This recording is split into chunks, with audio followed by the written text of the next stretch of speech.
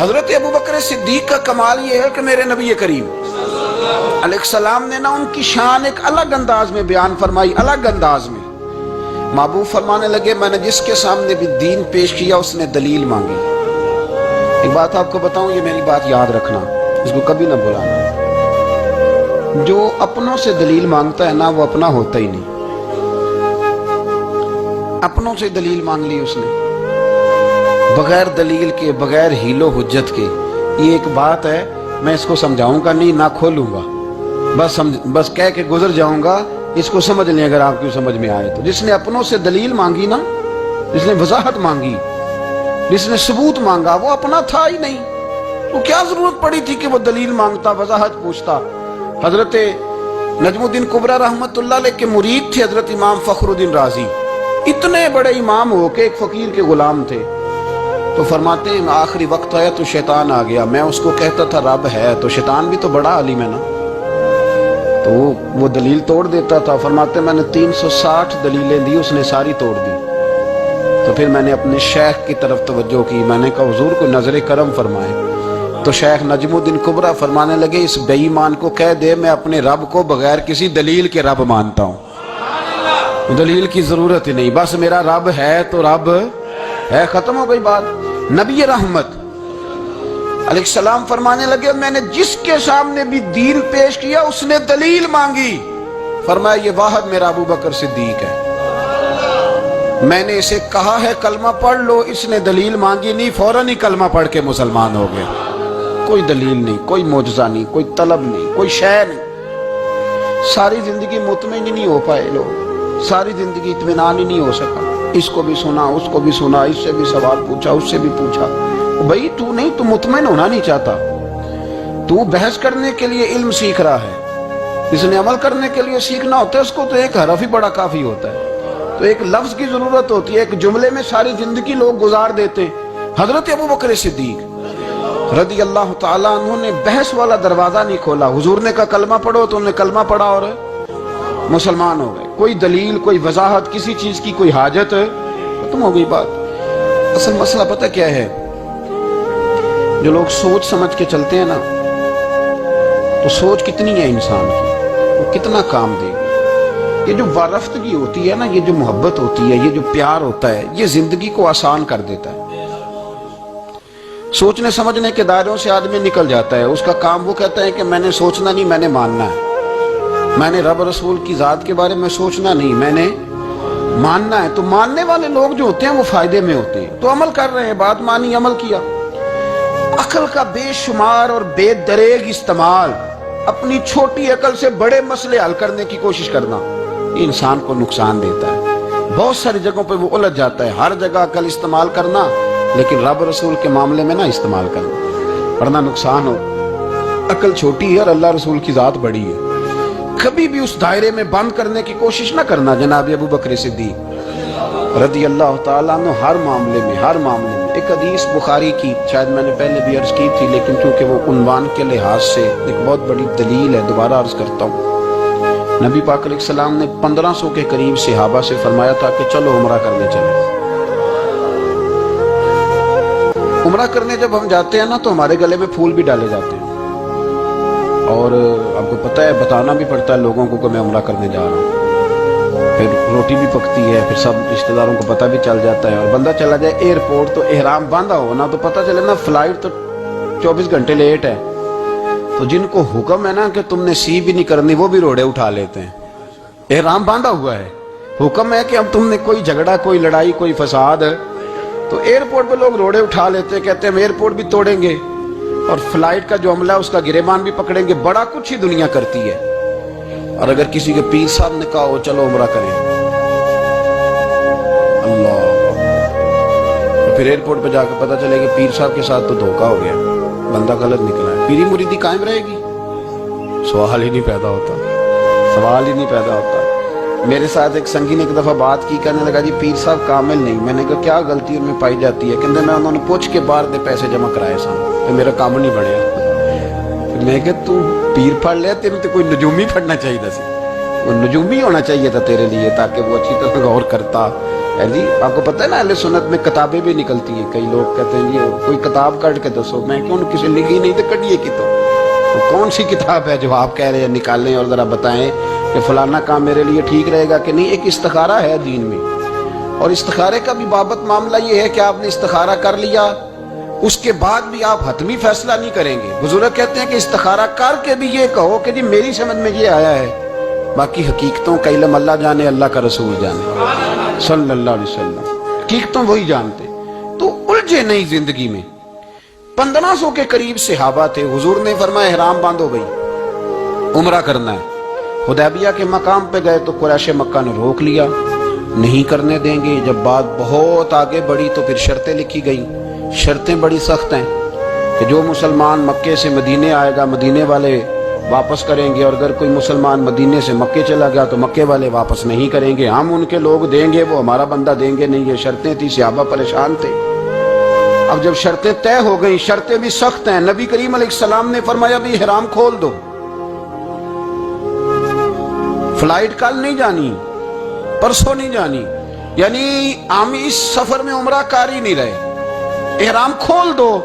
تو امام زرقانی کہتے ہیں سب لوگ پریشان تھے. سب سے پہلے حضرت ابو بکر صدیق اٹھے, سب سے پہلے اٹھے, اٹھ کے احرام کھولا. ایک شخص نے کہا آپ کو بڑی جلدی ہے, تو آپ فرمانے لگے جلدی والی بات ہی کوئی نہیں, حضور کے کہنے پر باندھا تھا, نبی پاک کے کہنے پر کھول دیا ہے, ختم ہو گئی بات. حضور نے فرمایا باندھ لو تو ہم نے باندھ لیا, حضور نے کہا کھول دو تو ہم نے کھول دیا. جلدی والی کیا بات ہے. صحیح بخاری کے لفظ ہیں. حضرت عمر کہتے ہیں کہ میری سمجھ میں بات نہیں آتی تھی, دب کے صلح کیوں کریں, ہم تو 313 تھے, تو ہم نے بدر میں ان کو بھگا دیا تھا, اب تو ہم 1500 ہیں, تو ہم ان سے قتال کریں گے, لڑائی کریں گے, جنگ ہوگی. حضرت عمر فاروق رضی اللہ تعالیٰ عنہ فرماتے ہیں حضور نے شرطیں طے کر لیں, بات لکھی گئی. میں نبی پاک کے حجرے میں داخل ہوا, خیمہ لگا ہوا تھا. میں نے جاتے ہی اپنے جذبہ جہاد کا اظہار کیا اور بڑے جلال میں, یا رسول اللہ آپ سچے رسول ہیں؟ بالکل سچا ہوں. قرآن سچا ہے, بالکل سچا ہے. اسلام سچا ہے, بالکل سچا ہے. حضور ہم دب کے صلح کیوں کریں؟ نبی کریم علیہ السلام نے فرمایا عمر تجھے تیری ماں روئے, میں اللہ کا رسول ہوں, میں وہی کہتا ہوں جو میرا رب مجھے حکم ارشاد فرماتا ہے. کہتے میں نے فوراً عرض کی یا رسول اللہ صلی اللہ علیہ وسلم آپ نے فرمایا نہیں تھا کہ عمرہ کریں گے؟ تو حضور نے فرمایا کہا تو عمرہ کریں گے, یہ تو نہیں کہا تھا کہ اسی سال ہی کریں گے, کریں گے تو کریں گے. جناب عمر کہتے میں واپس تو آ گیا, پر وہ میرے اندر جو جذبہ جہاد تھا ابھی ٹھنڈا نہیں ہوا. چند قدموں کے فاصلے پہ ابو بکر صدیق کا خیمہ تھا. کہتے میں ان کے خیمے میں جھک گیا, وہی سوال میں نے دہرائے, وہی. میں نے کہا عمر ابو بکر یہ سچے رسول ہیں؟ کہا بالکل سچے, قرآن سچا ہے, سچا ہے, اسلام سچا ہے, سچا ہے, تو پھر ہم دب کے صلح کیوں کریں؟ جناب عمر فرماتے ہیں میں قربان جاؤں ابو بکر کے لفظوں میں بھی فرق کوئی نہیں آیا, حروف بھی اتنے ہی جتنے نبی کریم نے ادا کیے تھے. حضرت ابو بکر فرمانے لگے عمر تجھے تیری ماں روئے, وہ اللہ کے رسول ہیں, مرضی سے بات نہیں کرتے, وہی کہتے ہیں جو رب انہیں حکم ارشاد فرماتا ہے. بئی نہیں وہی لفظ. فرماتے میں نے فوراً کہا, میں نے کہا ابو بکر حضور نے فرمایا نہیں تھا کہ عمرہ کریں گے؟ تو کہتے ہیں وہی لفظ, وہی حرف, وہی انداز, وہی طریقہ, وہی سلیقہ, وہی انداز تکلم, بالکل حضور کی اتباع میں اسی انداز میں فرمانے لگے عمر حضور نے فرمایا تھا عمرہ کریں گے, یہ تو نہیں فرمایا تھا کہ اسی سال ہی کریں گے, کریں گے تو انشاءاللہ کریں گے. فرماتے ہیں میں واپس آ کے بیٹھا تو حضرت عمر کہتے ہیں جب میرا غصہ اترا نا تو پھر میرے اندر سے آواز آئی کہ عمر ذرا غور تو کر, تو ابو بکر کے ایمان تک کبھی نہیں پہنچ سکتا, اس تک تیری رسائی نہیں ہو سکتی. میرے بھائی اتنی بحثیں ہیں ہمارے زمانے میں, اتنا الجھاؤ ہے, اتنا الجھاؤ ہے, یعنی ہر بندہ رائے کا اظہار کرنا ضروری سمجھتا ہے. ہر بندہ کہتا ہے جی میرے خیال میں, ہر بندہ کہتا ہے جی میرا ذہن یہ ہے, بلکہ کچھ تو کہتے ہیں میں اندر کی خبر نہ دوں آپ کو. یعنی اب پتہ نہیں اس کے پاس اندر کی خبریں کیسے آئی ہیں, وہ سمجھ میں نہیں آتی بات. کچھ لوگ کہتے ہیں 35-40 سال ہو گئے جی علماء کو سن رہا ہوں.